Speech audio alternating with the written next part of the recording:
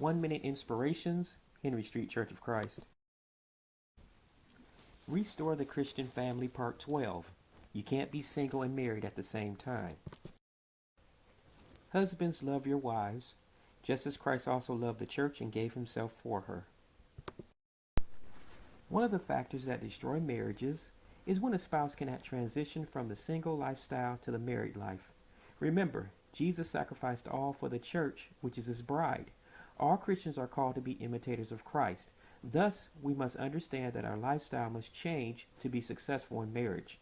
We must sacrifice time, effort, and our resources to make our marriages successful. Remember, our spouse comes first and not friends or extended family after we are married. Yes, you must maintain these relationships too, but remember, they are always secondary to your marriage. This is a ministry of the Henry Street Church of Christ.